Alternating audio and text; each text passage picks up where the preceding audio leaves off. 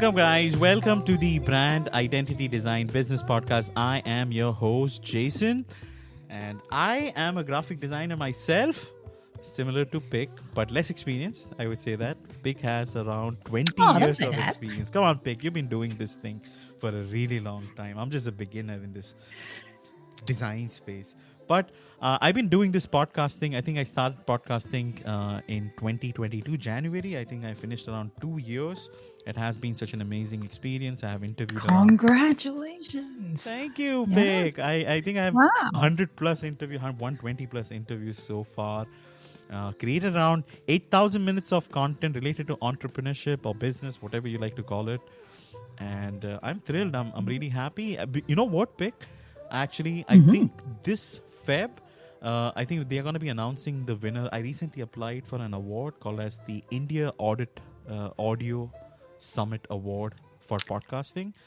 So, Yes. so if I get recognized, I would be one of the most famous talk show hosts in business In India. in India. I think that's going to be super cool.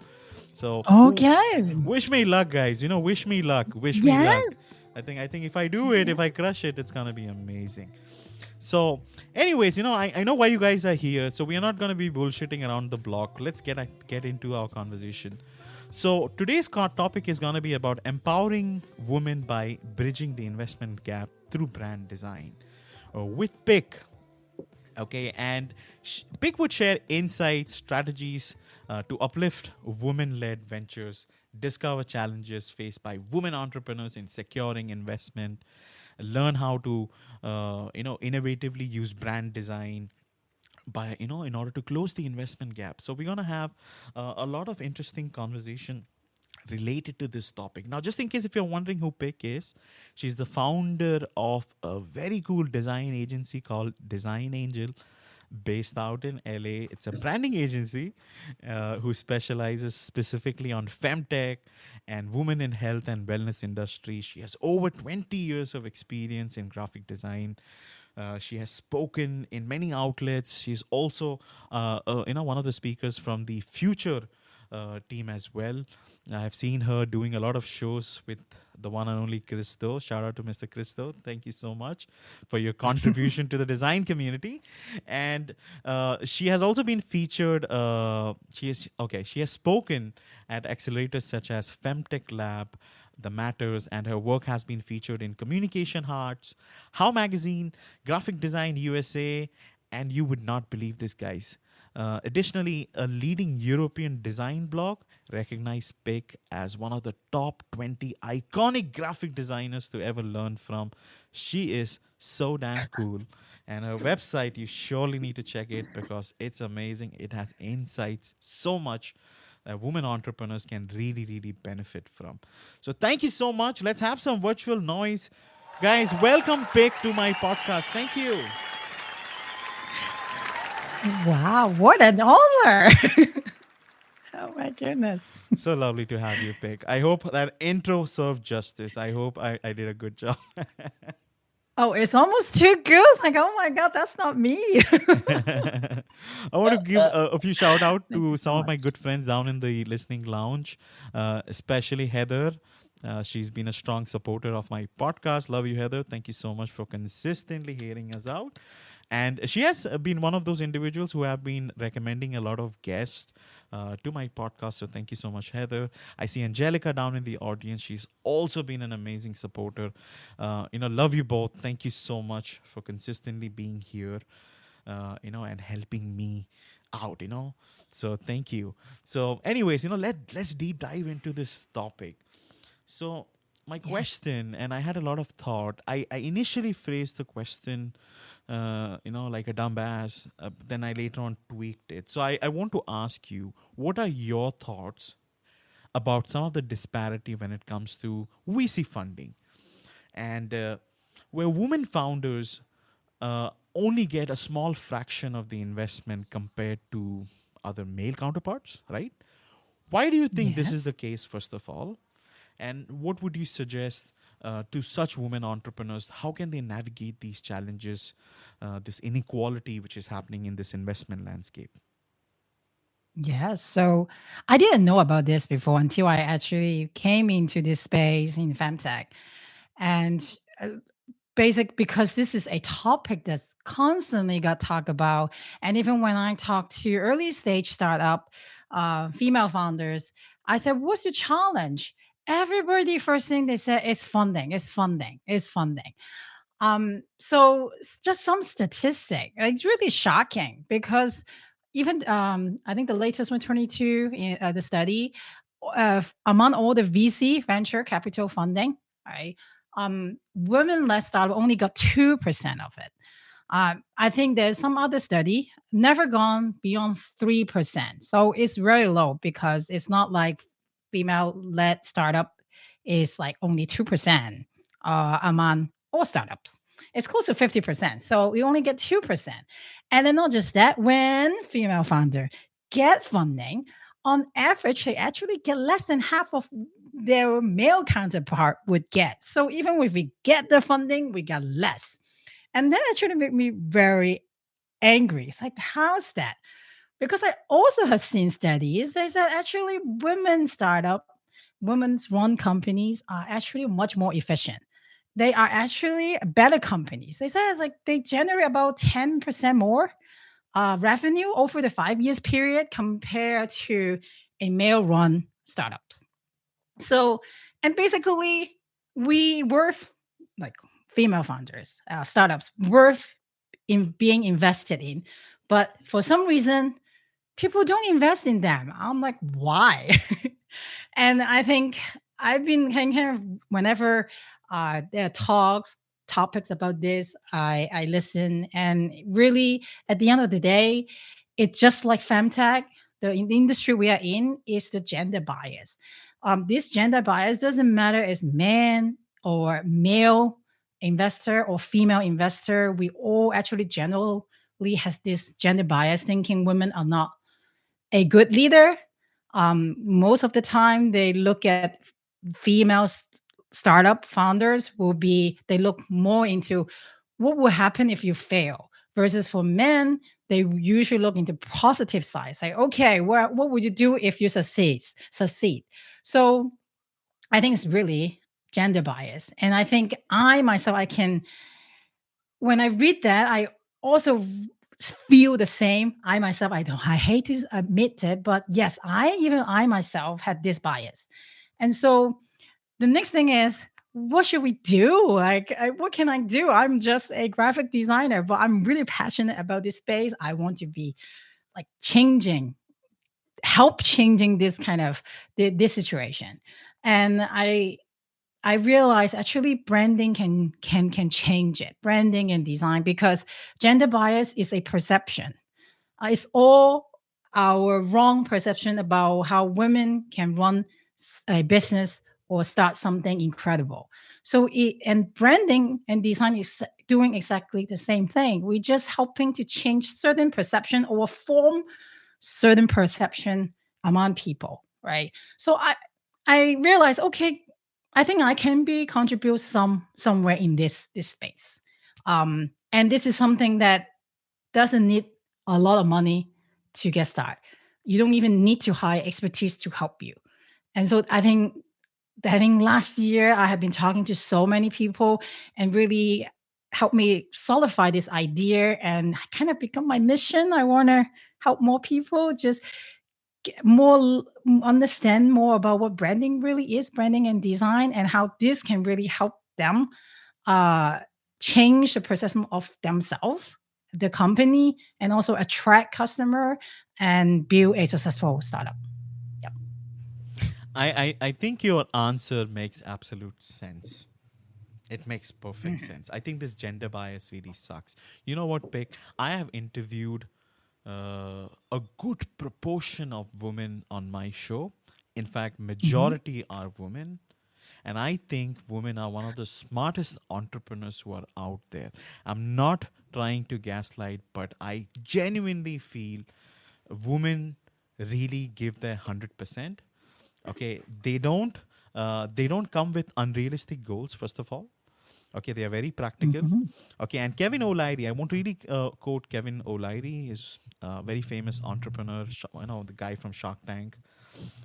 He says that, he finds women-owned businesses to be much more profitable and investment worthy, because Yes. it is actually, because they are Mhm. practically Yes, more. there was an article. Uh, Yes, I read that article too. Yes.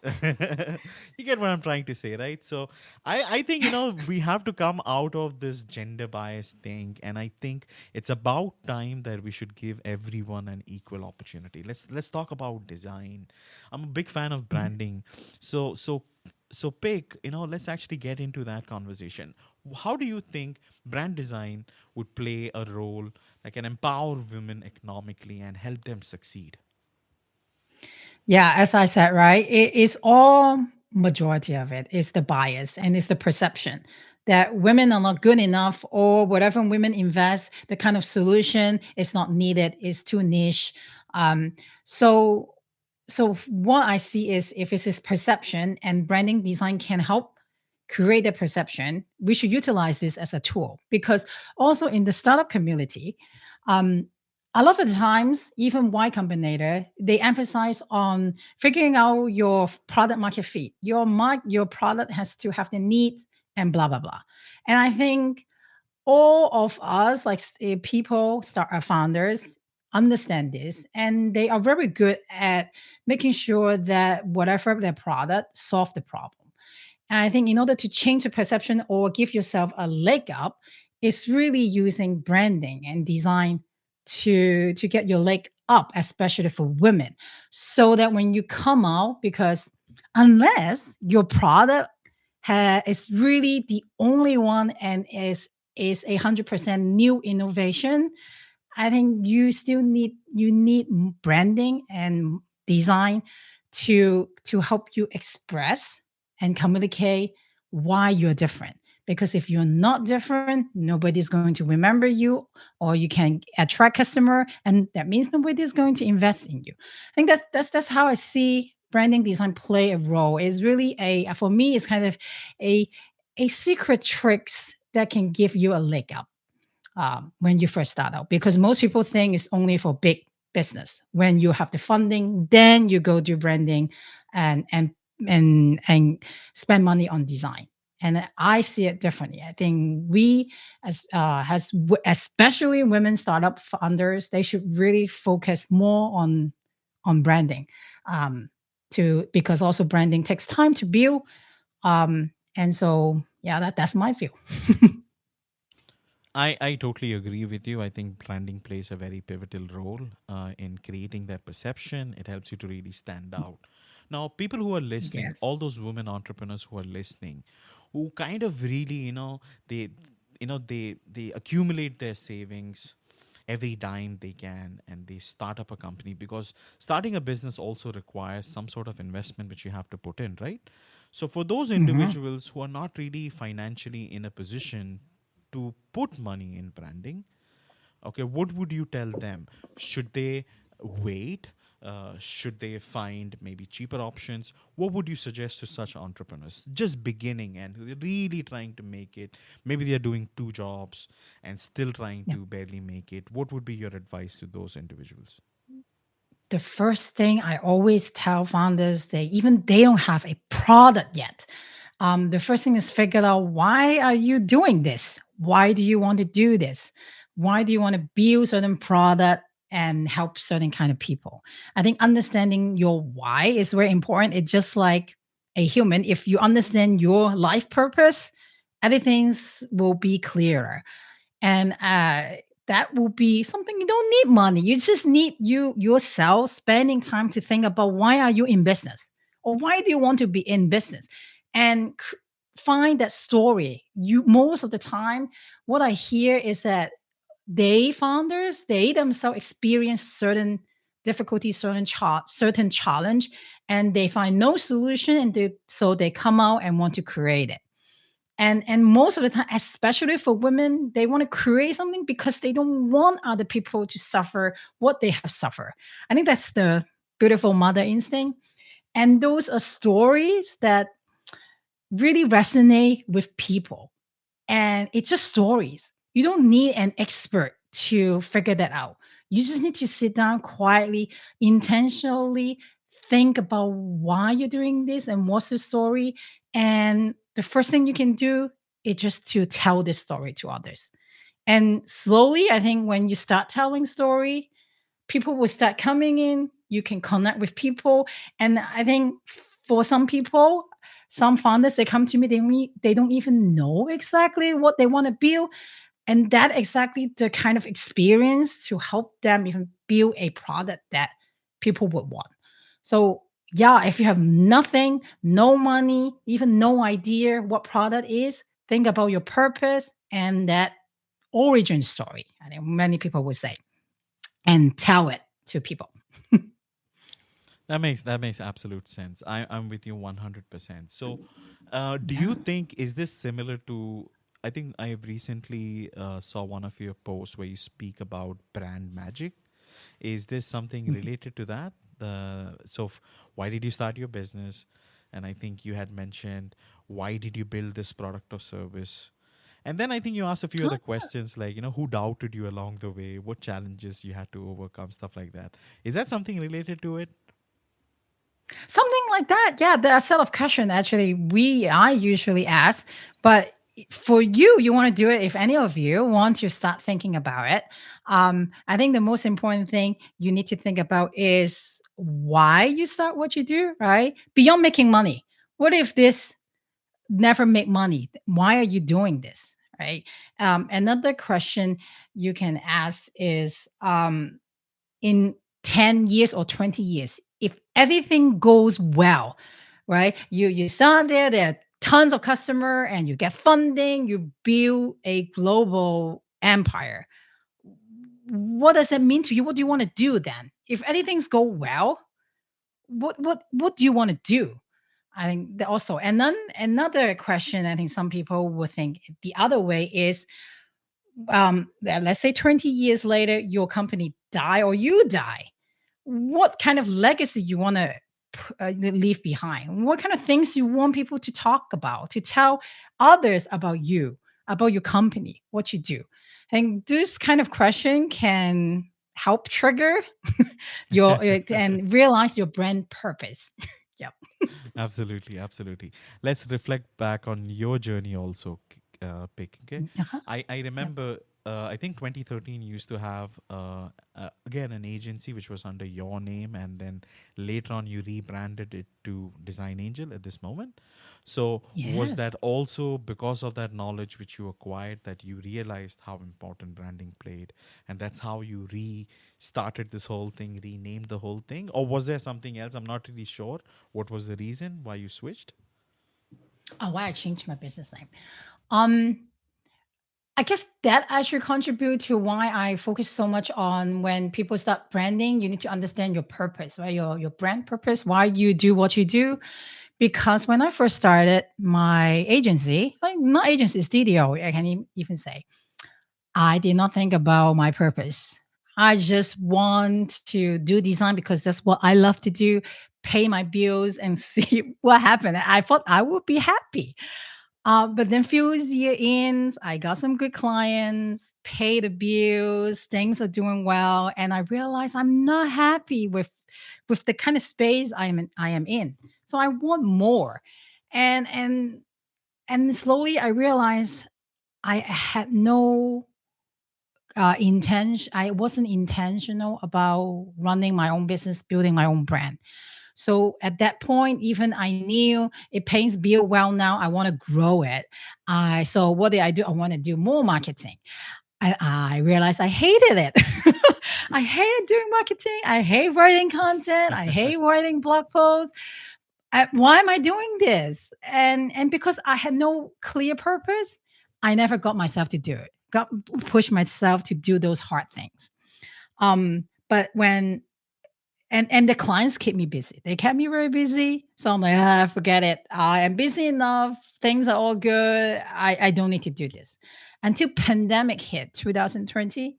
Um, Within that 1 month, US shut down. I lost 50% of my business. Like 50% of my clients ran away, disappeared. And I could be panicked at that time, but I thought, at that point, I always almost like I wasn't very happy at what I was doing. So I say, well, I don't have money now. I can't go anywhere. All I have is time. Let's spend this year figuring out what I want to do. And by the end of 2020, I discovered Femtech and I kind of, okay, this is what I want to do. I also experienced how happy it is to find your purpose, I guess, in life or in business. Um, and so 2021, that's when I officially changed my name because I want a new start of everything. I changed my business name. I changed what I offer, and I slowly kind of even changing out my clientele. That's the story. Okay, wow. Wow. I'm so glad Yeah. you did this. I'm really glad that you pivoted away, found your niche. Do you think Yes. if such a situation arises again in the long run, okay, maybe another Mhm. pandemic or something hits, unexpected, do you think Yep. you would have to pivot again, or the vision which you have, the purpose which you have right now is so strong that you would be able to navigate those challenges? I can predict the future, right? And seems like I pivot a lot in my life. So I wouldn't say for sure no, but I am very happy where I am. I think even if it's not femtech, not branding, it will be something related to helping women somehow. Um, and and I think that wouldn't change. I get like a small pivot, I would say. Yeah. And that's life, I think. And even in business, even with my clients, I'll tell them, even now, your purpose, you're not sure. But that's why I want them to think big picture so that they can narrow it down. And one day you pivot, you might just turn a little 2 degrees turn instead of 180 degrees turn. Right. And I think for that, I'm quite sure, I think, in my future, it will be something related to women and something related to design and branding. That's I'm pretty sure will stay in this lane. And see, guys, if you're listening, right, the unpredictable part of business is what makes it so Yes, exciting, because as yes, that too. entrepreneurs, one of our cool skill, I think, pick I am sure you would also agree with me, is that our problem solving skills are like next level, so whatever happens, I think you would be able to figure out a way, I would be able to figure out a way, and people who are listening, I'm Yep. sure you would also figure out a way. All right, okay. So I want to actually get into this question about this fundable brand. Okay, now this is something which I have specifically seen on your website. I've not actually seen many people using this. I know a Mhm, fundable brand based on some of the answers which you gave me, that branding is a very cohesive part of this thing to make it work. What are mhm. other some key characteristics or attributes do you think we require to make a brand more fundable? Okay. So fundable brand, if I kind of just plainly explain, is basically right a brand that people want to invest in, right? And I mean people meaning investors, of course, but also customers. Customer buy from you and refer you. Those are their investment, and employees and partners. I think those are even more important. Right, people that willing to not waste, spend their time most of the time working for you, build out their company, right? So those are the people we need to watch for and take care of, I think. And that's a fundable brand for me. And the characteristic really just it's the three key ingredients that kind of build this brand, that fundable brand, which is the soul. You can look at it as a person because I realized building a company is almost like creating a person. So the three ingredients basically is the soul, right? You need to understand, know you also as a person, also as a company, you need to understand why is it here, what is it doing here, that purpose, right? And also this, the next thing is the style, the brand style, meaning, well, now you know who you are, what kind of people you want to be, and what kind of company you want to build, and what kind of people, like friends, you can say friends or customer you want to attract. Those are the soul. Now you know, then how are you going to show up so that you can make friends with those people? Right. It can be customers, it can be investor, it can be employees or partners, right? How do you make friends? That's when it comes to the style. So most people will think of it as brand identity. So logo, color, fonts, even the tone of voice. That's how you show up. I consider that a style and go outward a bit. And then the last ingredient will be the spine. Spine in general meaning your action. But a spine usually, if you have spine, usually the action you do align with your soul and style. So then the last ingredient is really whatever you do, the touch point, some people always say that a brand does, or you can say marketing that you do, all aligns with your style, how you show up, and your soul, your brand soul, what you are here for. And that three ingredients, if you're consistently doing this, showing up this way, your brand will become fundable. That is very interesting. So you need to have some style. So you have to be really cool Yeah. visually, and you need to have some spine, SPINE, Hmm. and be always on these touch points which you have created. And I like what you said. A fundable brand is not just about getting investment. It's about finding the right customers, employees, partners. All of them should have the same vision as you. Let's build this business. Let's make it grow. That is so cool. That's Exactly. really awesome. So Pick, I have this question, which is boiling while you were highlighting all these things.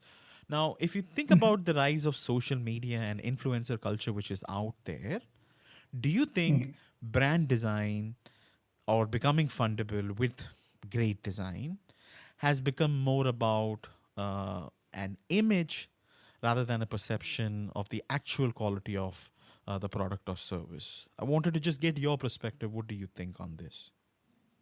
Okay. So there's certain things are given, right? If your product is not good, that means your soul is rotten.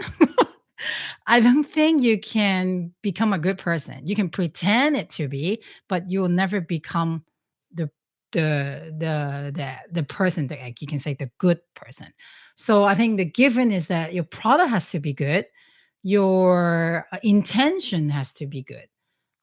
If you are not, you just want to come in to make money, you can also do that, but it will not be my kind of people.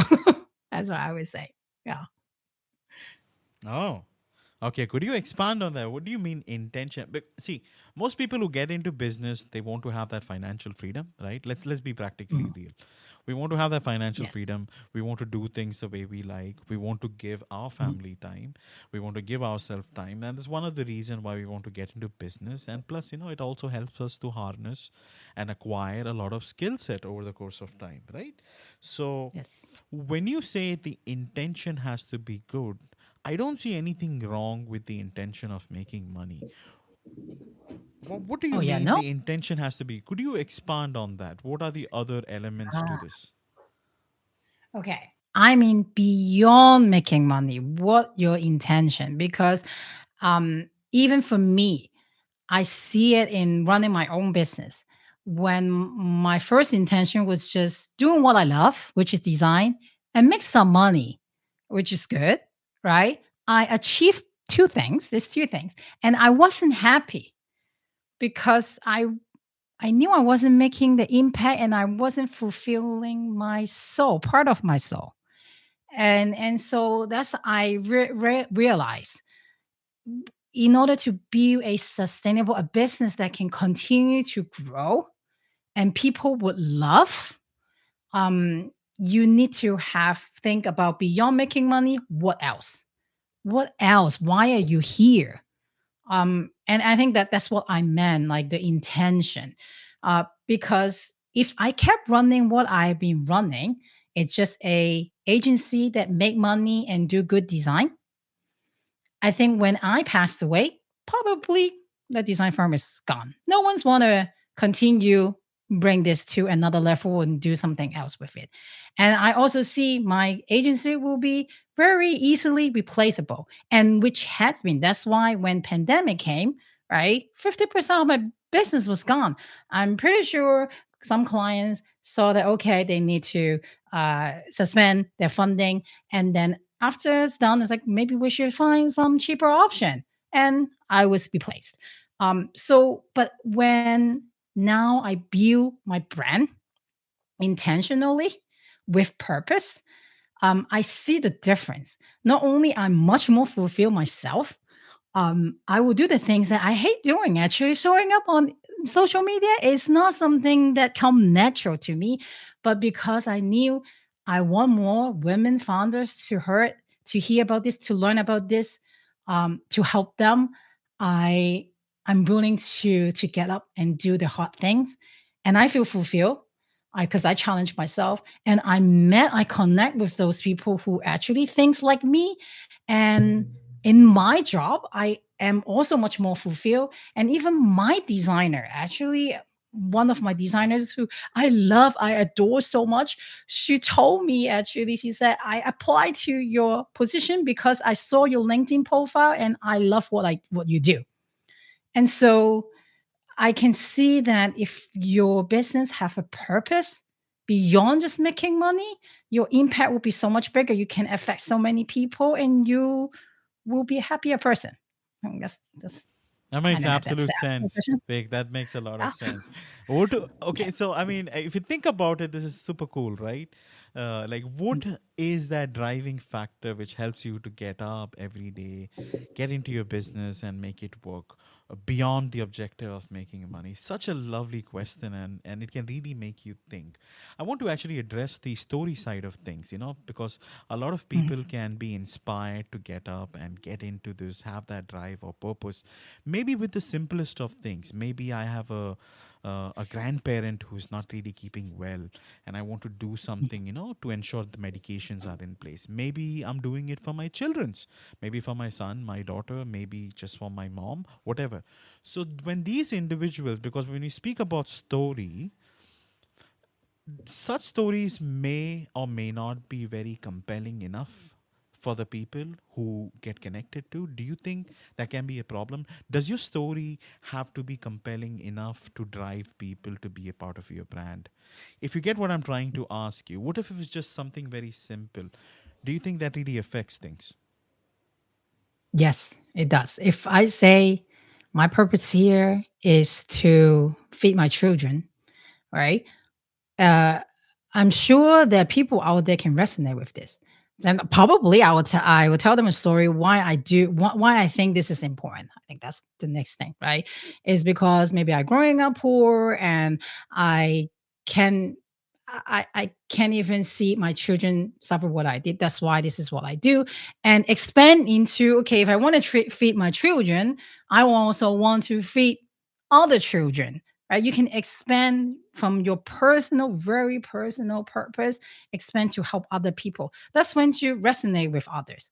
So it doesn't matter, even things that can be very, you seem small, um, it can always expand to helping others because we all share similar stories in general. Oh, so what you're Right? saying, Pick, okay, just to ensure that we both are on the right page, it's not Mhm. about actually misleading people to believe that you would end up doing it, but I think that's a nice addition to your goal, right? It's not just about you feeding your family or your children's, but you will make it a point that others also are able to do this, and you want to be a contributor to it. So it's not like misleading, right? Am I getting it right? Because I think that's what you're Yeah, trying to yeah, yeah, say. kind of like that.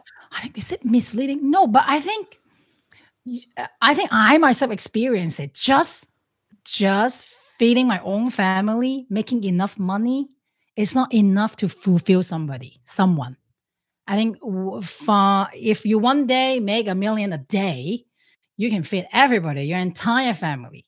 But doesn't mean you'll be happy unless you have a purpose beyond yourself. I think I read books Uh huh. and talk about we human need a purpose beyond just ourselves, Absolutely, absolutely. and that's right. I think that's also human nature. Yeah. And so here I just want to help company to think bigger. Not only when you think bigger you can become bigger, you actually much more fulfilled in terms of your own personal growth, and also other people who comes here help you too. I think it just build a better world in general. Absolutely. And the reason, I just want to ensure that you're not misunderstanding me. Okay, when I say misleading Mhm. it in a sense, because Yes. see, when I said that, I just want to feed my children, to look after my family, and that's my Mhm. purpose or my drive to get into Yes. business. But what you're saying is that, that would not resonate well with a lot of people. It needs to have a little more flavor. And when you add flavor, you can make your purpose a little more beyond your family, so that it actually speaks to the other people who are outside, your narrative, and they also see a larger vision. Am I right? Am I getting that right? That's where it's heading, Yes, right? yes, yes. That's what I meant. Yeah. Yeah. Hmm. Absolutely. All right. So, guys, if you're listening to this conversation, I hope you guys are enjoying. So, I like you to do a few things, okay? Send in the heart emoji thanking Pig so far, because I think she's really throwing some bombs, helping us to understand how this femtech Oh, world is working, how entrepreneurship is working. If you're not away, if you're away from your phone, I totally understand. But if you're close by, throw in some emojis. You would see the emoji button, the react button right next to your screens. And not only that, if you click any of our profiles, you should be able to follow us, and some of the things which we do. I would highly encourage you to follow Pick. And if you do get the opportunity, do follow me as well. I throw some really cool content about entrepreneurship and podcasting through my podcast. So I think you guys would really enjoy it. I want to say, hi to Wade, whom you see has raised his hand. Wade, we have not started Q&A yet. I would recommend you to be patient. But Wade is a super strong supporter for my show. Thank you so much for being here. And another friend of mine, whom you see down in the audience, her name is Leslie. She's also been a very strong supporter for my show. Thank you so much for being here. Let's actually deep dive a little further. Now, in your experience, Pik, because I've seen that you have worked with a lot of individuals, what are some pitfalls or mistakes such entrepreneurs or businesses make when they try to position their brand as fundable? okay. So a couple things. I think that's all comes down to the three ingredients I talk about: the soul, style, spy. Usually, most people they do one or two and they're missing the one. So number one I've seen quite a bit is they have no style. I guess they know what they are here for. They do marketing, but then they're not consistent in terms of how they show up.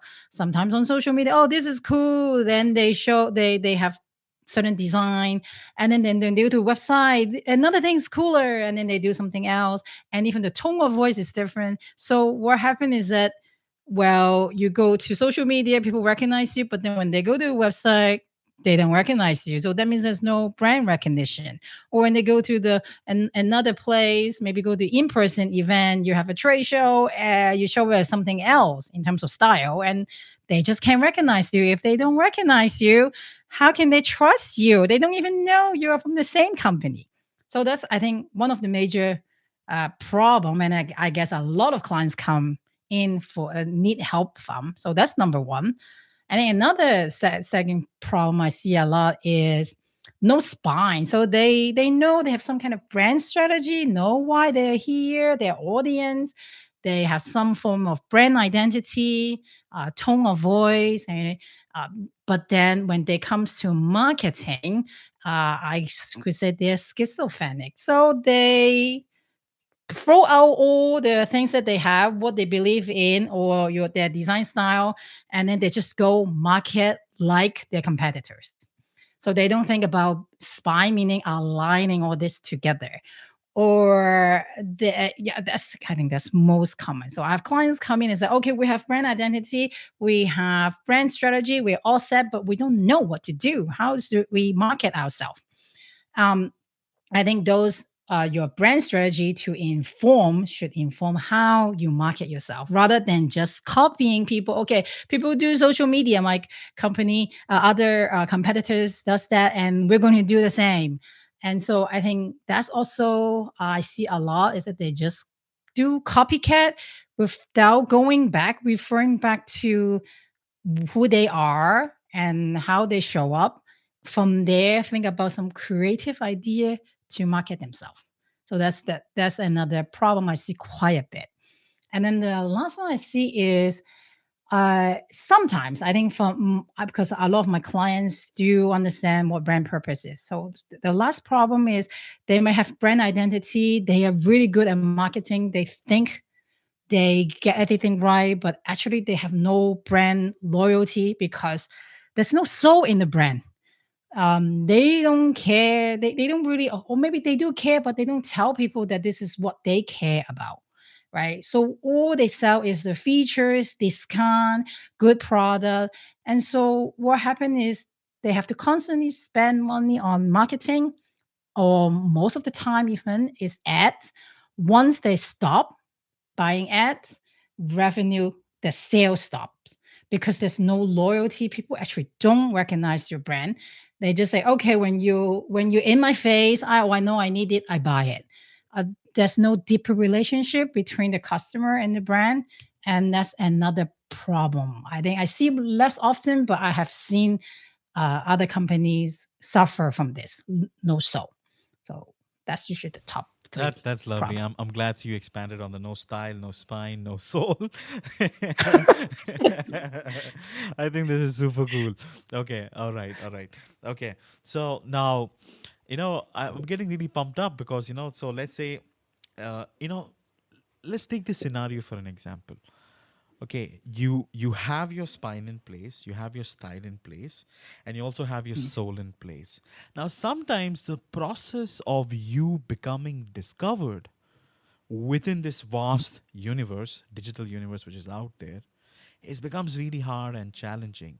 What strategies do you advise for such individuals who have everything in place, good product, good service, good talent, everything, but how can these individuals can be discovered? The individual or products The or business, both? I'm And referring to the business, because yeah, yeah. Okay. go ahead. It really depends. That's also think about we have to go to the soul part. Okay, how are you different? Because if you know how you're different from other people, that give you insight to how to stand out. The kind of things which is the spine, right? The activation, the marketing that you can do to get discovered. But in general, it's really that's what I said. It needs to be that three things work together, so to find a creative idea, sometimes it's creative, sometimes maybe not, but it has to be the unique idea for you to be discovered. Sometimes I have clients is that, oh, speaking as a authority, as a scientist in certain event is her way to get her startup to be discovered. Another company actually is just buying ads to get people to discover them. So each company is different. And that's why I said these three ingredients need to work together. It cannot be just work in silos. Yeah. I don't that's the help. Wow. I hope So, that I mean, you answered. have everything in place, but you can have different strategic mediums how you can attract and be discovered in front of your Yeah. audience. And that's completely fair and just. It's perfectly all right Mm. to choose either of these methods, as long as your spine, style, and your soul, everything falls in line with what you're doing. Such a lovely Yep. answer, Pick. I really, really appreciate what you just said. I want to let the audience know that I would be opening up the stage for Q&A, and I'm going to ask another question to Pick. And if you are interested, now is the time. Raise your hand. I will be happy to bring you up, and you can clarify any of your doubts related to the investment gap, how to bridge it, about anything about design. I know Wade, you had raised your hand before, so if you're interested and if you have the time available, raise your hand. You would be the first person in queue. So okay, all right, all right. So my next question is related to the role of technology. Do you think technology can play a very vital role when it comes to becoming a fundamental brand? Depends. Actually, a lot of my clients or people that I talk to, they're very technology savvy because they're scientists, they're developing something new. But it doesn't mean it will give you advantage. I think you need to know those things. You need to understand it. But sometimes the old way of doing things, let's say just talk about like getting your word out, right? Getting to be known. Sometimes it may be old-fashioned way of just printing flyers or mailer is the way to go because that fits into your brand soul and also it's less competition there. So sometimes I would say I don't as a designer too, I like to consider everything and then see what stand out that works. So we always go low tech, high tech, both. You need to know everything, I think. The more you know, the more option you have. So I mean, it's not necessary that innovation and technology can really help you scale. I mean, it's a good part of it. Maybe it's a good Yeah, component of course. for helping you to differentiate. I think that makes a lot of sense. Okay, so this is interesting. Pick. Nobody has showed their hands up yet. So I think we're gonna continue with the interview, and I'm gonna ask you Yes. a few interesting questions also. Okay, now could you share me maybe an example? You don't necessarily have to give me an example with a client name or anything. Somebody whom you have worked with, and you were able to Mhm. successfully help them get funding, or help them to attract investment. How did that process go? What was the outcome, and what were the results like? Yeah, I did because the my method, right? So style and spine. This method last year I spent most of the time actually with this method I developing a branding program and I have a few beta clients and I help them kind of see if this method really work. Kind of for me is to test, right? To test my product. And I had two clients actually. One of them, he said he gone through that with me to understand the soul and then build out the style. The spine part, I think he kind of we also helped them with a little bit. And he said within 2 months he was able to get into for him and in his industry a very good what do you call that, accelerator, startup accelerator. That means he can potentially get funding and get a lot of connections, and also he actually secure funding. And I actually couldn't believe it, but he said yes because he actually knows what he wants for the company, but articulating it is another problem.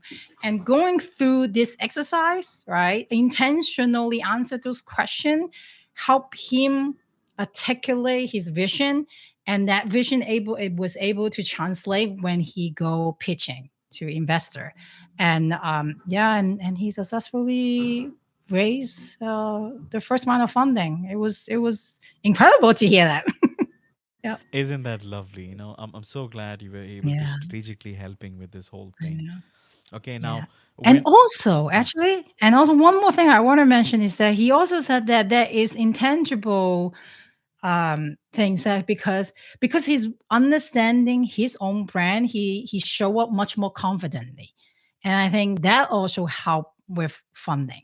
He said the confident understanding how he wants to communicate his company to others, what he want to say, right, and even the look, the style, how he show up, give him like great amount of confidence that some people may say this is superficial, but I think this is also very important when you go show up, pitch to investor or even just partners. That kind of confidence is can make or break that deal, right? So, you know, Oh, absolutely. Confidence can definitely make or break that deal. Let's actually take yeah. a quick break, because I'm freaking thirsty. Are you thirsty, Pick? Because I think you've been speaking a lot. I need to have some beverages go inside my mouth, just to ensure that I feel cool. Yep. So I'm going to take a I break. have been secretly sipping my tea in there. All right, all right. So, people who are listening, just in case if you don't know, this is actually a live podcast I'm actually doing. Anything and everything you hear right now, it goes exactly the same way as a part of my recording. So, no edits, nothing, no BS. Okay, the raw thing.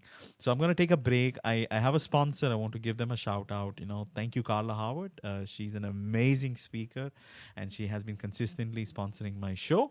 And here is what Carla has to say. Are you a professional speaker who's frustrated because you're not getting paid for the value you deliver? If so, the Get Paid from the Stage program was created for you. During our 6 weeks together, you will build the framework for your speaker business. You'll create an amazing speaker package that event organizers are going to take notice of. And I will walk you through the sweet spot for pricing and many other things that are going to make you referable so that you can earn the high dollar value that I know you're delivering. Be sure to sign up soon. Our next cohort begins March 2nd, and it's limited to no more than 10 people. Send me a note and let me know that you heard about the program from Jason's podcast to get your free 1-hour consultation with me at no extra charge. I can't wait to see you get paid from the stage. That's Carla Howard, ladies and gentlemen. She's doing this Get Paid from Stage cohort. It's like a masterclass, but something which really helps you to understand how to make money from the speaking game. So I would highly encourage you to either look at the show notes or the event description, depending upon when exactly you are hearing this. Okay, check it out. Look at the course. Reach out to her. Even you can do like a consultation just to initially understand if you're like a good fit, and then accordingly take a step. So I would highly encourage you to do that. And people who are listening, I want to make another announcement that if some people don't really understand why podcasting has a lot of upside. One of the major upside of podcasting is network. When you do like a podcast which has the ability of interviewing a lot of people, you actually build a nice network of people who bring certain expertise into place. And what happens is that when you have somebody whom you're interacting with, and if they require anything, it becomes easier for the podcaster to highlight, oh, you know what, I actually know somebody who's really good at this. Let me refer you to them. So I think podcasting, in a way, is a nice relationship building method, and I would highly encourage people who have specifically businesses to get into this because it's not really explored to the same scale as you think it has been. Okay, don't look at the money part. Think about what kind of connections you can bring and how it can benefit you in the long run. I make a lot of money through referrals. When I refer people to maybe my guest, I make commission on that. Okay, it helps me to have an additional source of income. I don't necessarily have to rely on clients to make money. Something of those lines. I hope that makes sense, guys. Okay, so Pik, welcome back. Let's actually get into some extended interview questions which I have for you. Okay, now Okay. when I was actually deep diving and researching about you, I actually came across a post. It spoke about, I'm 3 years into business, I'm still struggling. Starting from scratch felt impossible. And I remember you mentioned a Chinese saying, which I kind of tried playing in the beginning, and I know it didn't make any justice. The Google Translate really screwed it up. Okay, would you mind saying that Chinese saying in Chinese, Yes. first of all, and the Yeah. English version, and tell me, why do you like that quote so much? Yeah, I say I speak Cantonese, so 肉不得不成器. So meaning the J doesn't matter how precious it is, if it didn't get polished, right? It will never become the piece of kind of art that people would admire or treasure. So it basically means it doesn't matter you have all this talent if you don't work hard, right, to polish your skills, to show up, to do the things that you need to do the hard work, it will never become kind of get to your full potential that people would admire, people will know, that kind of things. Yeah. Yeah. So So, guys, if you heard the word jade, jade is actually a stone for people who don't recognize this. I think it's used in jewelry quite a lot. I think some people use it on Reiki as well. I'm not really sure, but I think that's a lovely quote. If jade is not cut and polished, it cannot be made into anything, right? So even the most beautiful thing which is out there, it all requires that finishing touch, right? It just needs to be yes. handcrafted in a certain way so that it looks Yeah. different and unique. So that's really cool. Okay, who has been your biggest influence, Pick? Throughout your entire life, which inspired you to do what you're doing at this moment of time? Oh, maybe corny. Actually, it's my parents. I think my is you can, well, what is the inspiration is that they never forced me to be something that they want me to be. And actually, at one point, I actually asked my mom. I think 2 3 years ago, when I get older, I asked my mom, well, a lot of parents want the kids to be something like a doctor, lawyer, whatever. Why never you ask me to be a doctor? Maybe I'll become a doctor if you ask me to. And then my mom's like, I don't know. I don't think we in the family had this potential. But the most important thing is to do what you love and be a productive citizen in the society. And in a way, I was kind of laughing at my mom's like, "Oh, you don't think I have the potential?" But another way, this is exactly the attitude she always give me. Is like, the most important thing is to do what you love and be productive citizen in this society. And I think did actually get me through a lot of hard time because in the end of the day, I always feel that I have done my part and my parents are happy with me. I think doesn't matter what. I think even doesn't matter how old I am. I think it feels good to know that I kind of fulfill what my parents want me to do. And yeah, they always be my inspiration. They don't expect much from me, and just that one thing, and that kept me going. All right, so this is super cool. I'm so glad that they never force you to become anything. They gave you the opportunity No, to do whatever you like. I want to actually yeah. hear some of your backstory. Is that one of the reason why you kept jumping from?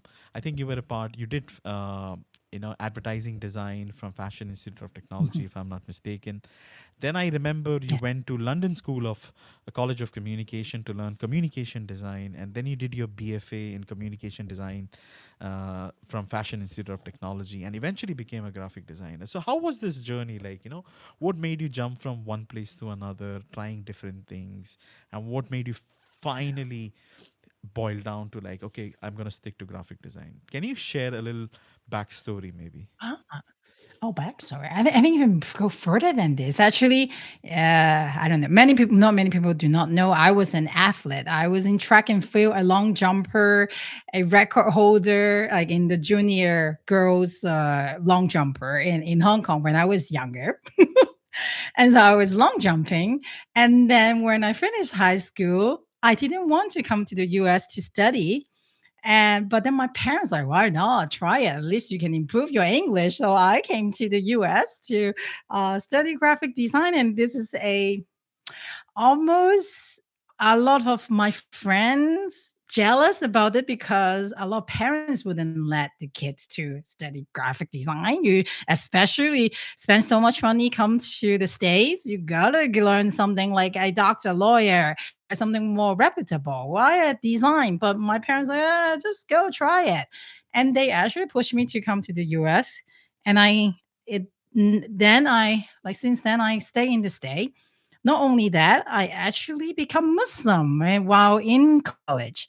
And of course, I also went study in London, and then I married my husband that I met online. And I moved around the country. I didn't think it was anything special, but I did have friends told me that Pig, you are a little weird. Always do What? some really interesting things.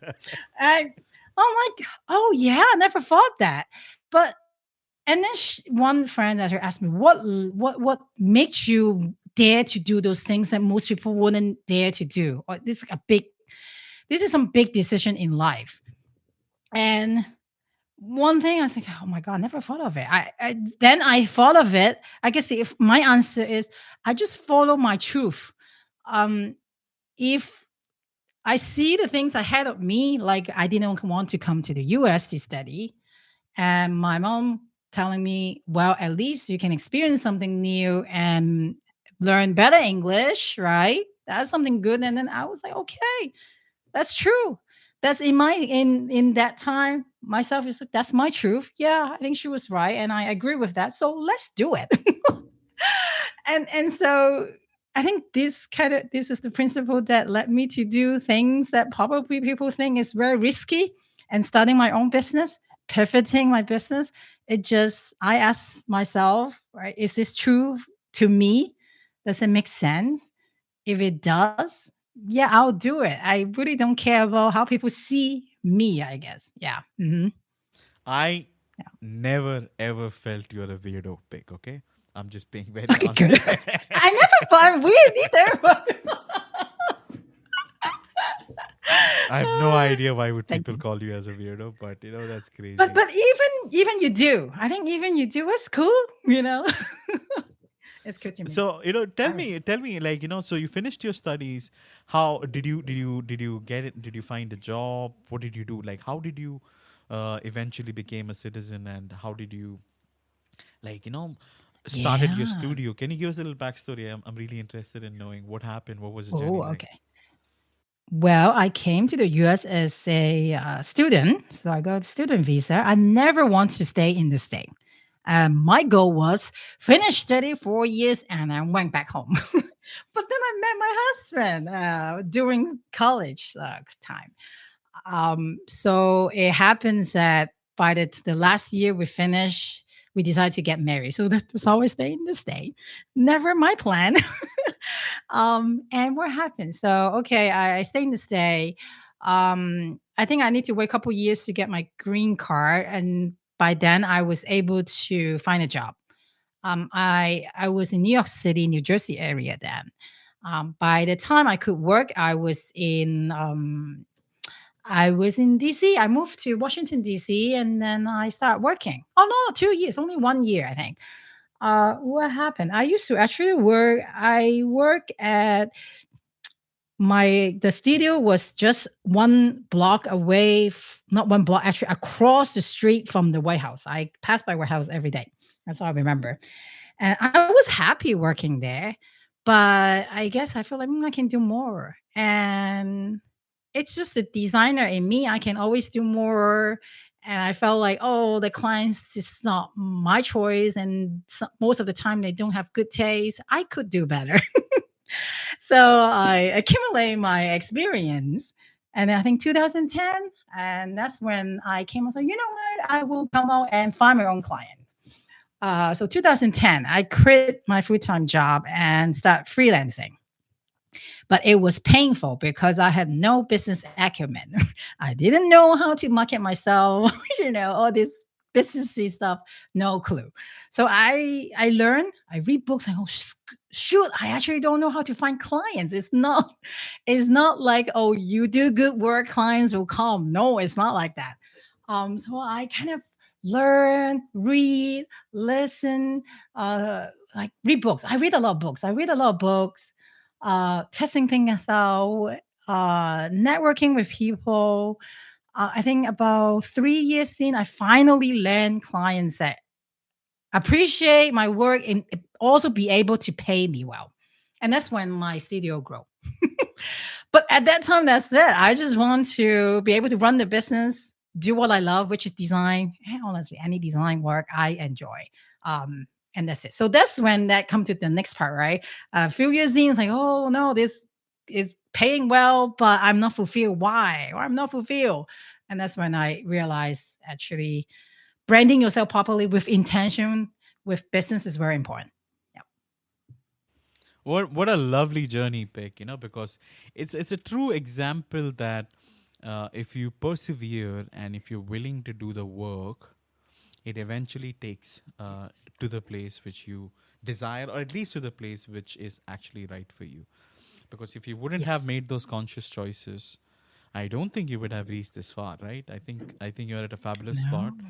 and I think you have a lovely agency, and I've seen the work which you do. I'm totally proud of what you have accomplished so far. So happy for you, Pick. I'm really happy for you. This is super Thank cool. you so much. I appreciate you sharing this journey. Did you go back? Did you meet your parents recently? Did you get a chance to reconnect with them? Do you go Yes. often? Like, Yeah, that's when pandemic threw everything off. I was thinking 2019, 2020, I was planning to go home, visit my family, and we would take turn. One year we go to Hong Kong. I'm originally from Hong Kong, and then another year my parents would come visit. But then pandemic just threw off everything. But finally last year I visited my parents, and actually my parents are coming to visit me this weekend. So they're flying in this weekend. So hopefully we can take turn next year. I will fly to Hong Kong to see them. Yeah. That is so lovely. That is so Yeah. lovely. All right, all right. I think it's about time we should have some fun. So I'm gonna have like a Ooh. nice sound effect. Let's have some sound effects. All right, let's have some rapid fire questions for you. Okay. Okay, don't take too much time. Whatever comes into your mind, just say it. Okay. First question: what is the weirdest thing you have ever Googled? You said don't spend too much time. I actually spent a lot of time on this one. Oh my goodness. I was like, what? The weird things? I don't know. I do a lot of weird things. I don't remember, but actually recently, my assistant asked me about. She's also Chinese but living in Indonesia. So she asked me about baji. Baji is like it's a Chinese method of fortune telling using four different things. Using the year you're born, the year, the month, the day, and the time you're born, and just by having this number, they can predict many things. And so I was like, oh yeah, I've heard of this since I was little. It's kind of common thing, but I had no idea exactly what that was, honestly.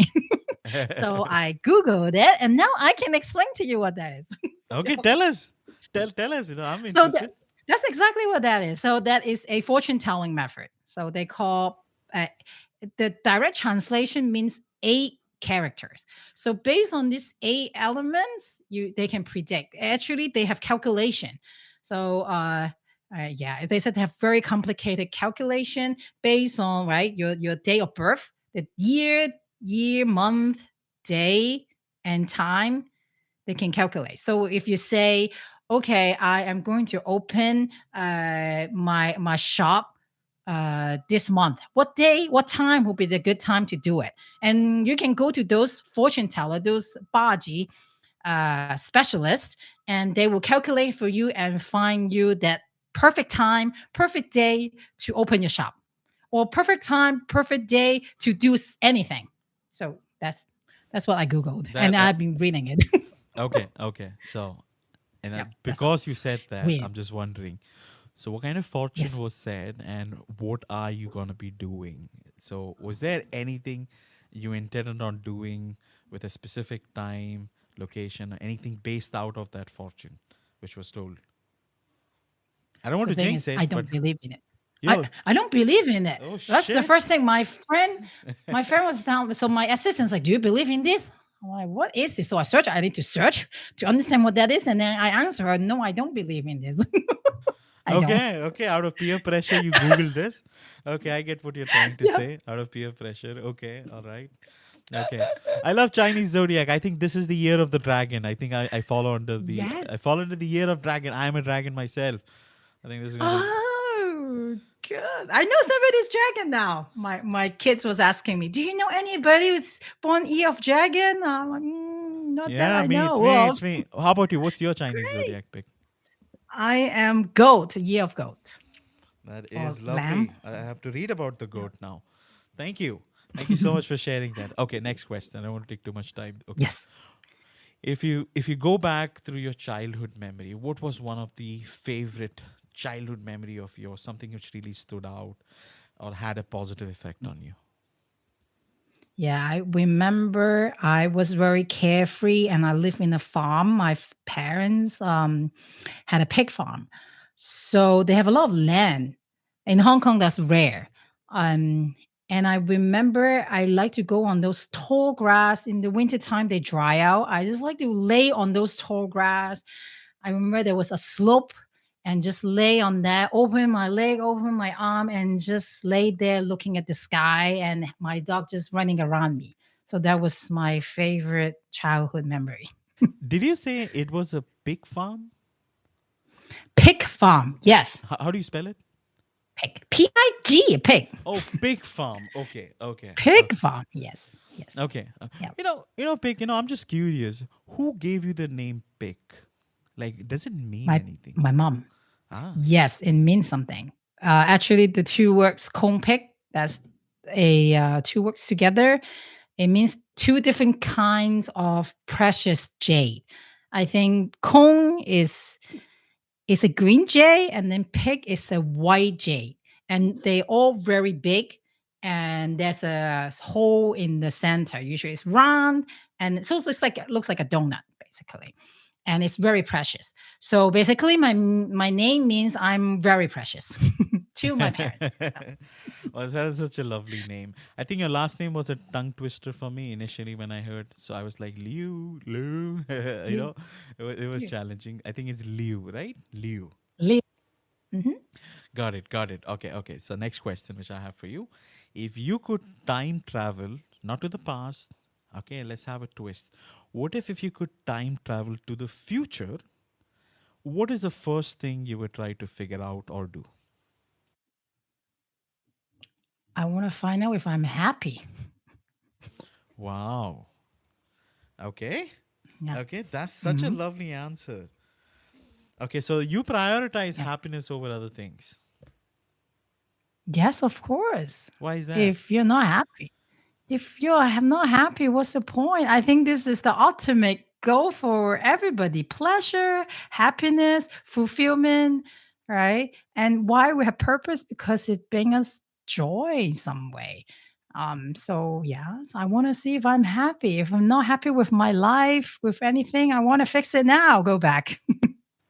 I think that's such a beautiful answer because I think you require a lot of conscious awareness to reach that point wherein you Mm. understand material possessions doesn't actually have any sort of value, but as long as you have mental peace and happiness, that's the Mhm. ultimate, right? I came to Yeah. have this realization just a few months back, and trust me, it's very Mm. peaceful. It is really, Yes. really peaceful, and you enjoy each and every second of it. Thank you, Yes. Pick. I never realized you would give me such an answer, so that is super cool. Uh, Aw. thank you so much for sharing that. Okay, I have another interesting question which I like to ask. What's that one random act of kindness you did? Okay, which turned out to be something which you never expected. Hmm. One time I was walking, I think I was walking with my daughter when she was still an infant, pushing the stroller, walking in the park. And then there was a man coming towards me, and I just smiled at him and nod my head and just very casually walked by. And then I was hanging out in the park for a little bit because I want to put my daughter to sleep. And then we met again. I don't know, he intentionally come back to me or just by chance. And then he came to me, he said, your smile make my day.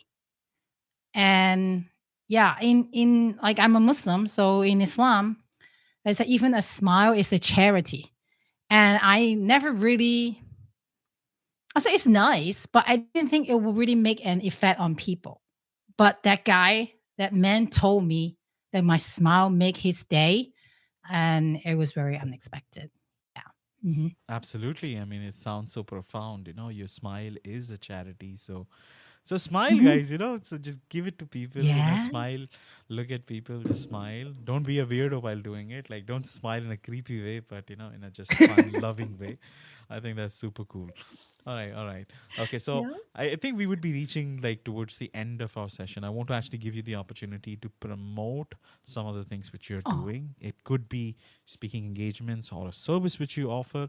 I think people can reach out to you at designangel.la. That's a website. If you don't have a pen and that's right. paper with you, that's okay. It should be under the comments or the show notes. You should be able to find it very easily.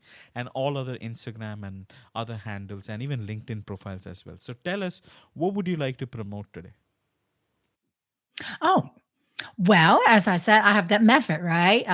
Soul, style, spine. If you want to learn more and really build your own Fundable Brand, my program, my branding program is still free. It might not be free for long. So if you're really struggling, you also or just want to learn, see how it can apply to your company, um, apply it. And most of the time, I think if you're a female founder or your target audience is focused on helping women, you probably will get accepted and join the community too. Although the community is small, but I think it's great to have like-minded people together, work hard together, right? Share the pain, share challenge, and wins together. So, apply for that program would be great.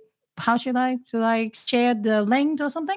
I don't know. Absolutely. You can share me the link. I'll have it on the notes. If you go Okay. to designangel.la, I think, guys, you should be able to find it.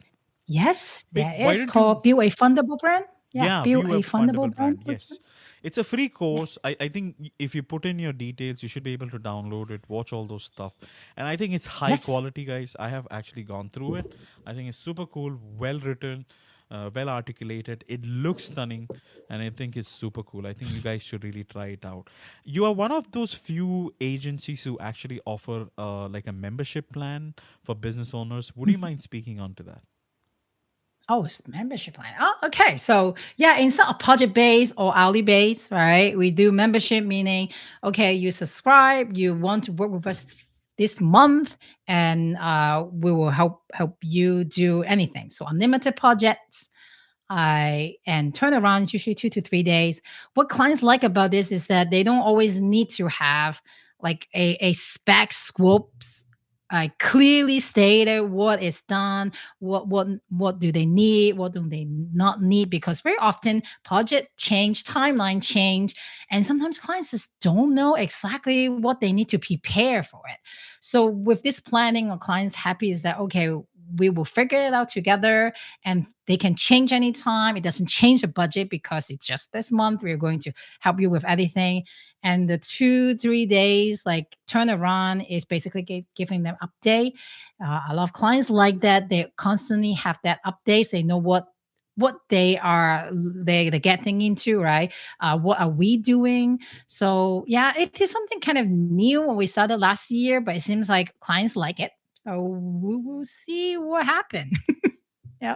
I don't think a lot of designers are actually offering this. You're among a few who I know who is offering this. So this is super cool because a lot of businesses require graphic related work or motion design or Yeah. brochures, print collaterals, pitch decks, Yep. infographics, packaging design, social media design, anything of that nature. I think these are nice, affordable options. I think it starts with $5,000 a month, and it can, I think if you do like an annual package, I think it's slightly lesser per month. So you should be able to Yep. find this under the services section of Pik's website. I think it's super cool. Do you offer logos and identities as a part of the membership package, or will it be separate? Yes, we do that too. Oh, that's like Brand an awesome deal. strategy Pik, and come more. on, $5,000 for an Yes. identity? That's cheap. Well, yes, it is very cheap. So things might change. That's why things might change. But we're playing it out and we are testing things out, see if it worked for clients or work for us. But so far has been good. I think the kind of clients that come in fits in this model, which is good. Of course. I think I'm always constantly changing, improving things, trying new stuff. So yeah. All right, all right. Before we wrap up, and I have announcements to make before we wrap up our show. If you could leave my listeners with one thing they can take away from this whole conversation, what would that be? Mm, find your community. Like Jason, sounds like you have a beautiful community here. And I think it's very important because I think it was my community helped me pivot my business, helped me change my mindset and challenge myself to do the hard thing that I need to do to build my business. So like find the tribe or the community that really believes in you. um that's the one thing, like this one, see if this is your community. Yeah. Absolutely, absolutely. A lot of new people here, so I just want to thank you for being a Yeah. part of this community which just started today. And I know a lot of other people as well who are very regular to my show. Mm. I deeply, deeply thank them a lot. Thank you so much for making this so cool and awesome, Pick. I had a fantastic conversation with you. I learned quite a lot, and I think this was Like such an amazing experience. I want to I'm quickly go ahead, Pick. I'm so sorry. Go ahead. Oh, no, I'm just so glad it is fun. You're so organized. You make it so easy, so enjoyable. So Thank beautiful. you. Thank you Thank for you. having me. Absolutely. And I appreciate, being such a lively individual to talk to. You would not believe, guys, we were actually playing songs and we were listening to songs together before the show started. That was our sound check. So Pick is really cool and a nice person to gel around with. I want to actually give you a heads up on next week's show. I think it's going to be episode 6. So I do my seasons. Every season has around 24 episodes and maybe a few bonus episodes to it. A collection of around 24 to 30 episodes at a stretch. I do it for like 6 to 7 months.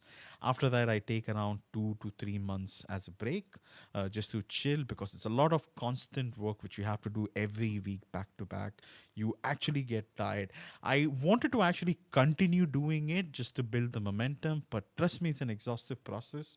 So I decided that I'm going to continue be at peace, be happy, chill, and relax, because that really helps you to get back to your senses and do something even better. Okay. And a break time also helps you to improve your knowledge, right? It helps you to Yep. navigate new things, find new trends, increase your knowledge, learn some new kind of skill set, take up a course, stuff like that. So episode 6 is going to be about navigating the challenges of first time entrepreneurship with Rose Alchemisi. It's scheduled on Feb 7th, 3 p.m. Eastern Standard Time. I know you would have challenges finding a pen and paper or figuring out where the event is. On my LinkedIn profile, if you look at the featured section or the event section, you should be able to find it. I think after 10 or 15 minutes, I would be able to add this link to the show comments on the same event page which you are at this moment of time, just to make things easy for you folks. So do take advantage of it. Do listen in to those episodes. I do it every Wednesday at 3 p.m. Eastern Standard Time. I also have a very exclusive guest on Valentine's Day. His name is Matt Abrahams. Whoa. Okay, not a girl, but it's Matt Abrahams, the one and only communication expert. He's an educator, an author. He also has one of the top podcast, and he's also a lecturer in organizational behavior from Stanford University Graduate School of Business. He teaches about strategic communication. This is a very exclusive show, and I'm so glad that he accepted my request. So Feb 14, 3 p.m. Eastern Standard Time. Again, I think I have created the event. It's also mentioned under the featured section. Do listen in. Do take advantage of it. I think you can learn a lot from these individuals whom I'm interviewing. I'm learning a lot myself. There's infinite amount of knowledge out there. You just need to look around, and I think you should be able to find it. On that note, I wanted to say thank you, Pik, for making this such a cool experience. No, thank you for having me. You take care of yourself, Pick. And thank you so much, guys, for Yeah. tuning in and listening to the entire show. If you're not following my podcast, I think you should be able to find it under the comments. Please follow me on Spotify or Apple. Give it a review if you enjoyed listening to it. I sincerely appreciate your love and support. Take care. Bye.